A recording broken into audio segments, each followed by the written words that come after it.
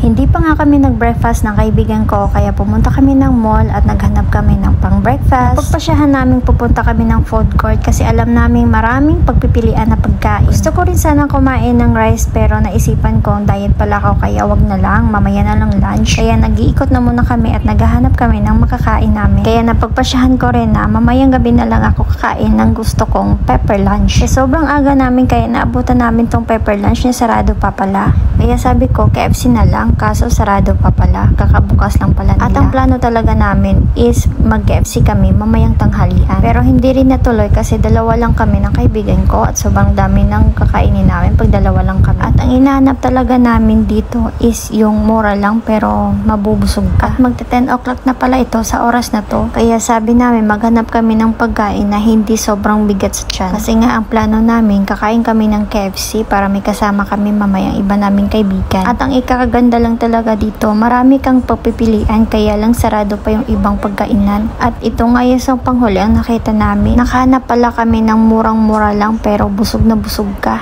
Pero nakita ko tong tatlong Pinay na pumipili din ng mga kakainin nila. Kaya ito na lang pinili namin kasi sobrang mura lang. At may dalawang choices ka, merong chicken at merong beef. At parehas din kaming choices ng kaibigan ko. Pinili nga namin yung beef. Kaya ito, tamang chismis lang habang kumakain. At sobrang tagal na rin na hindi kami kumain ng kaming dalawa lang. Dahil sa sobrang aga namin lumabas, napagpasyahan namin na mag-ikot-ikot na muna kami sa mall. At mag-picture-picture bago kami kumain. At matagal-tagal na rin na hindi kami kumain ng kaming dalawa lang. Kaya nga maraming nagsasabi na magjowa daw kami kasi lagi kami nagde-date sa labas. At ayan na nga, nagtitipon-tipon na naman ulit kami. At ito lang naman ang libangan nila every Sunday. At never nyo talaga akong makikita na sumasali sa kanila kasi hindi naman talaga ako marunong magsugal. Kaya nga tamang higa lang ako. And here we are. Ito na nga yung oras na uuwi na nga kami.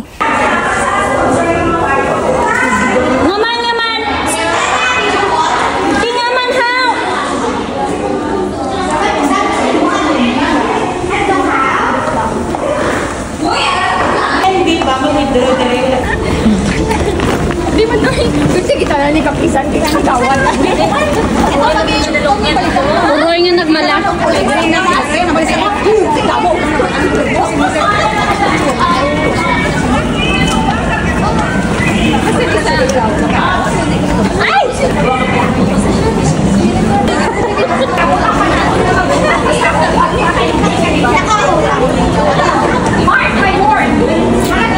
Bigla ang desisyon naman nila na papasok na muna daw kami ng mall at kakain kami ng dinner bago kami uuwi. At umorder nga ako ng pepper lunch. Sobrang tagal ko na talaga nagka-crave ng pepper lunch. Kaya ayan, craving satisfied na naman tayo. Nagbihis na rin pala ako ng damit kasi sobrang sikip talaga ng dress ko. Lalo na't busog na busog ako sa mga kinakain ko. Dito nga lang ako sa Hong Kong nakakain ng pepper lunch. Kaya nga kahit diet ako, kumain talaga ako ng pepper lunch. Kasi sa oras na yan, hindi naman ako gutom na gutom. Basta kasi may pagkain ako na gustong gusto kong kainin kahit busog ako, kakainin ko talaga yan. Kaya nga sa pag-uwi ko ng Pilipinas, magluluto talaga ako ng ganito. Gusto ko kasi papatikim sa pamilya at mga anak ko kasi pag binili to sa labas, sobrang mahal. Simpleng luto nga lang ito pero sobrang sarap talaga. Kaya pinapangako ko sa sarili ko na sa pag-uwi ko ng Pilipinas, gagawa talaga ako ng ganito para sa aking pamilya.